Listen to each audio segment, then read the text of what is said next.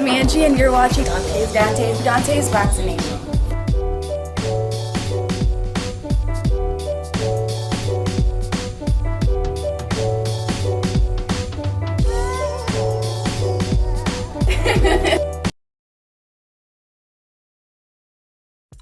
Dante's Boxing Nation, what's going on, guys? Man, you can't make this stuff up. I mean, really, you can't make this stuff up. The stuff that Canelo Alvarez says, the stuff that he does, his actions, you can't make it up. Canelo Alvarez just had his media workout today. He was asked to give his take on the Bivol versus Ramirez fight. He said he wants to see Ramirez beat Bivol. But then when he was asked by the reporter, are you still going to fight Bivol? And he said, no, not if he loses. Then when the reporter asked him if he's going to fight Ramirez if he wins, he says, no, I'm not fighting any Mexicans because I represent Mexico. Well, guys, it looks like Canelo Alvarez has surpassed MBF and has graduated to NMF. No black fighters or no Mexican fighters.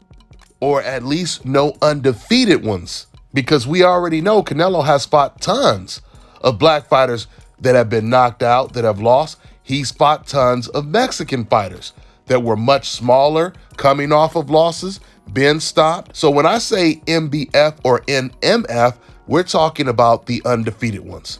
We're talking about the best ones, not the ones that you fight and you know you have nothing to lose because it's a super easy cherry pick. Now let's go back to the Bivol situation. Canelo Alvarez, he said that he's rooting for Ramirez to beat Bivol. And when asked, are you still going to fight Bivol? He says, no, not if Ramirez beats him. He just told on himself, guys. Canelo Alvarez just admitted he never wanted the rematch. He never wanted the rematch because nobody would say that. First of all, Ramirez beating Bivol has nothing to do with Canelo Alvarez avenging another loss on his record. Canelo now has 2 official losses on his record. He hasn't avenged any of them. And he's telling you he's willing to walk away from the second defeat if someone else beats him. That's like you allowing someone to bully you, beat you up, take your lunch money, and then when that bully tries to do that to someone else, that guy stands up for himself, he beats up the bully. And you're trying to take credit for what that person did. In this case, Canelo Alvarez is hoping that Gilberto Ramirez takes care of his bully situation when it comes to Bivol. Once again, this is a clear indication that Canelo Alvarez, he never wanted the rematch with Bivol. I mean, you got to think about this. The fact that Canelo Alvarez already turned down an immediate rematch in a fight that he was completely dominated in, if Canelo Alvarez were to be successful and got past the 40-year-old Gennady Golovkin, just the fact that Canelo is back on a winning track, that alone puts pressure on him to taking a Bivol fight because you don't want to feel that pain that you felt from the last loss. Because it's clear that Canelo Alvarez does not have the intelligence. He's not on the level of a Bivol. He's not on the level of a lot of these fighters in terms of intelligence in the ring. Which is why, once again, if you notice, every single time Canelo Alvarez was forced to take a fight that he really did not want to take, he ended up losing that fight or it ended in controversy. Of course, outside of the Floyd Mayweather fight, because that situation was win-win for Canelo. Canelo Alvarez was damn near 20 pounds bigger than a very old, smaller Floyd Mayweather. And all he had to do is really not get knocked out. As long as he didn't get knocked out, he could say, oh, well, I lost to the greatest, et cetera, et cetera. It was a learning experience, and he could move on, which is exactly what he did. But after Gennady Golovkin chased Canelo Alvarez for damn near 2 years and even forced Canelo to vacate his belt, once they finally forced Canelo to take the fight ended in controversy, both fights. And then once again, he gets forced into either fighting against Jamal Charlo and Errol Spence or Bivol and Golovkin a third time. And Canelo Alvarez, he went with the Bivol option. He felt that that would be a possible easier fight than a Charlo and an Errol Spence, which tells you guys how much Canelo Alvarez really, really respected Jamal Charlo. I would have thought Canelo Alvarez would definitely take the Jamal Charlo option after he just came off of his worst performance. But apparently Canelo Alvarez, he felt he wasn't going to fall for the bait. And what I mean by that is, I talked about this in my last video, There was a time when Marquez, he was avoiding Tim Bradley for years. Bradley had been calling him out for years. Marquez wanted no smoke with Bradley. As soon as Bradley had a bad performance against Ruslan Provodnikov, Juan Marquez, he fell for the bait. He agreed to take the fight right away, and he ended up losing to Bradley. Canelo Alvarez doesn't want the same thing to happen to him. I think Canelo Alvarez, he looked at it the same way. Like, okay, just because Canelo looked bad against this guy, when Charlo fights me, maybe the best version of Jamal Charlo is going to show up that night. So I believe that's the way Canelo was looking at it. Not to mention, he would also have to fight Errol Spence. And regardless if Errol Spence is moving up in weight or not, that's still a very difficult challenge because we know how good Errol Spence is. Not to mention Errol Spence is almost 3 inches taller than Canelo Alvarez and a southpaw. So Canelo Alvarez, he was looking at it like, man, Bivol or Charlo and Errol Spence? Because I already know I can beat a 40-year-old Gennady Golovkin. At least that's what Canelo would be thinking. He's most likely not worried about Golovkin. He already knows everything about him. And Golovkin is towards the end of his career. But when it comes to Jamal Charlo and Errol Spence, you're dealing with a combination of athleticism and power. Undefeated and in their prime. So for the first time since Canelo fought Gennady Golovkin the second time, Canelo, he had no easy options. He only had 2 tough options on the table. And when there was no easy options on the table, Canelo Alvarez once again got dominated in the ring. But once again, if you believe you're pound for pound the best, you believe you're going to be one of the greats, you're supposed to avenge that loss on your record, or at least try to. Now, let me just say this. Now, it would make a lot of sense if Canelo Alvarez, he was cleaning out the division, he was beating all of the best black fighters, all of the best non-Mexican fighters, and then when there's no more left, then he fights the best Mexican fighter. If the scenario played out where the last 2 men standing were the 2 Mexican fighters, that's when it makes sense for them to fight, because now it's the best versus the best. So it makes no sense what Canelo Alvarez is saying when he says he doesn't want to fight them at all, especially when Canelo Alvarez, he knows the history of his countrymen. He knows the history of the greatest Mexican fighters of all time suffering like their first loss to a black fighter. Almost all of the greatest Mexican boxers have lost, suffered their first defeat to a black boxer. From Julio Cesar Chavez to Marco Antonio Barrera to Oscar De La Hoya, Fernando Vargas, Juan Manuel Marquez, and Canelo Alvarez himself. And that's just naming a few. And once again, I'm only naming the greatest Mexicans of all time.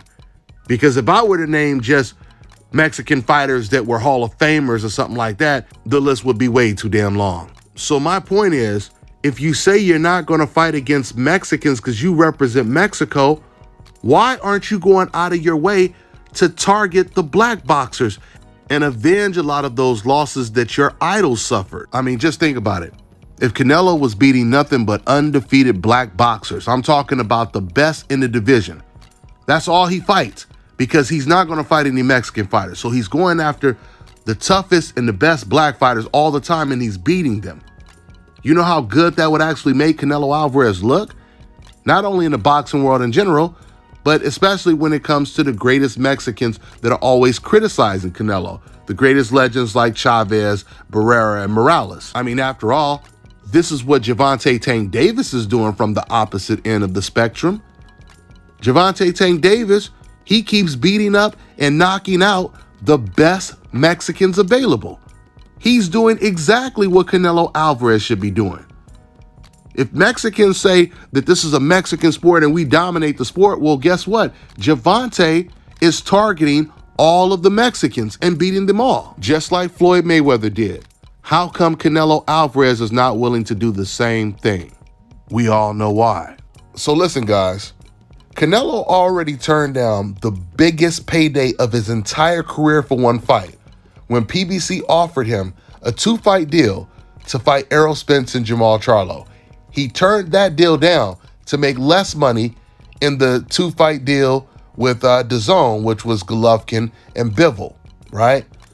So if he would turn down the Jamal Charlo fight for the biggest payday, he's saying he's not going to fight any Mexicans, and he's not even going to fight Bivol if Bivol loses to Ramirez, which probably means even if Bivol wins, Canelo still won't fight him. Because I can tell you right now, if Bivol goes in there and wipes out Ramirez, who is a really good fighter, you think Canelo is going to want to jump in the ring with Bivol again after that? Canelo is usually fighting guys after they come off of a bad performance. Canelo doesn't have a reputation of fighting guys coming off of one of their best performances, especially a guy who already beat him at a natural higher weight class. You know, when Canelo Alvarez says that he's not fighting any Mexican fighters, one of you Mexican reporters out there that has access to some of the Mexican greats like Julio Cesar Chavez Sr., Marco Antonio Barrera, Eric Morales, Juan Marquez. If you want to act like a real reporter, you should be asking these boxers, what is your thoughts on Canelo Alvarez saying he's not going to fight any Mexican fighters because he represents Mexico? Man, if you were to ask these Mexican fighters that question, the first thing they're going to do is shake their head. Because we already know, if you've been following the sport long enough, Mexicans always fight other Mexicans historically.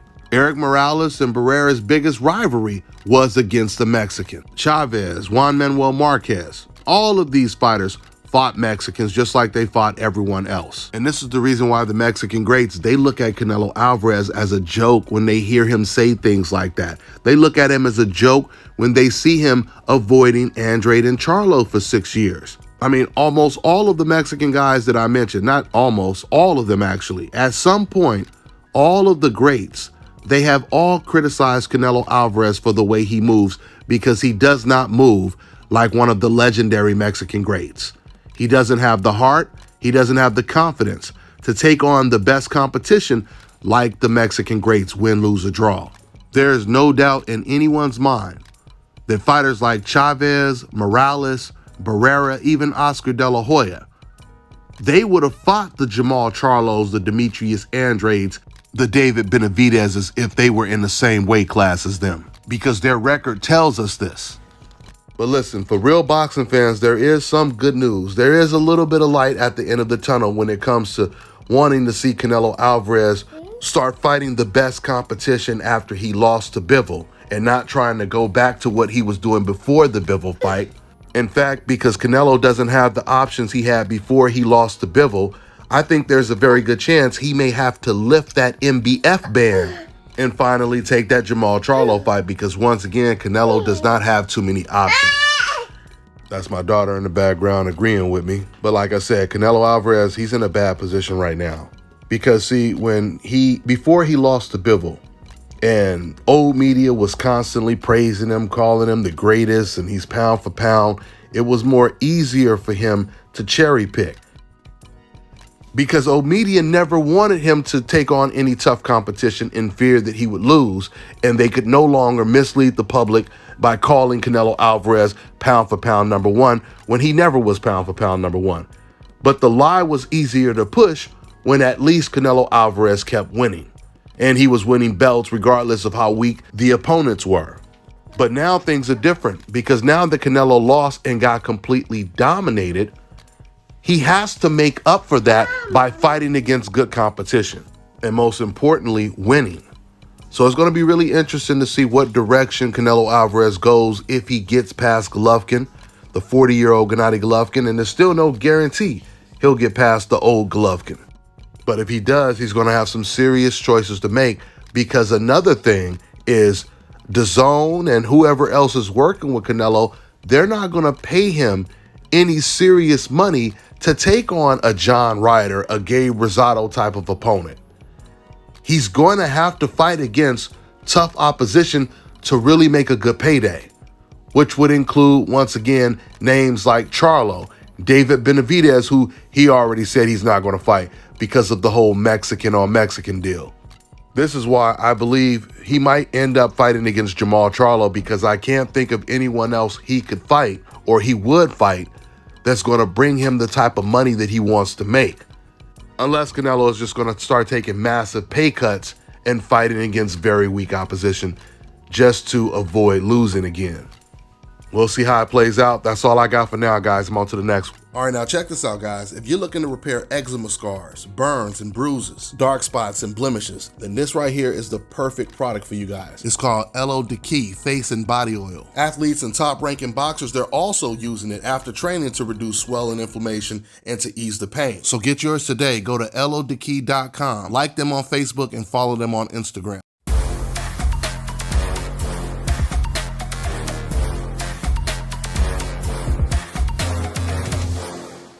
My name is Chris, and I'm all the way here from Anchorage, Alaska at Scalp Carolinas, and I'm here for my second treatment of SMP.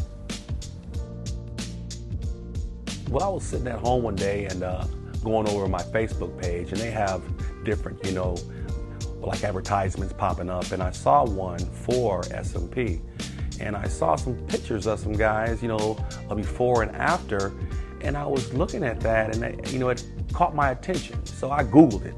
SMP, nothing showed up in my area. So, I did a little more research, and all of a sudden, Scalp Carolinas popped up in the web browser. So I started watching his videos and seeing all the reaction from all the other people. We talked on the phone, we made appointments and everything. I sent him pictures, and he looked at them, and I was like, "Can you fix this?" And, he pretty much said, "No problem." My first session, he made me feel extremely comfortable. It was almost like I was talking to family. He started, and during the whole treatment, we talked and, about our families and our life, and, and things that he does and things that I do. And before I know it, the first session was over. When you see someone doing something that they love, as much as I see Enoch Glover love what he does, it shows in his work. I wouldn't point anyone in any other direction but here to North Carolina, Scalp Carolinas, to get this done.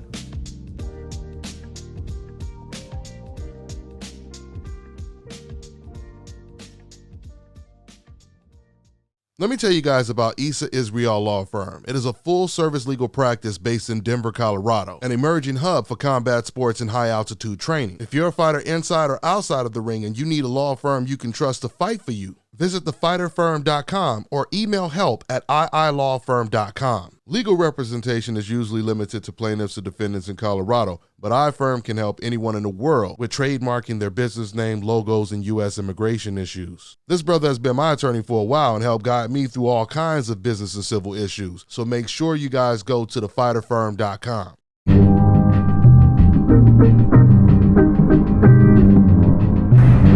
Hi, I'm Bobby Dean, and you're watching Dante's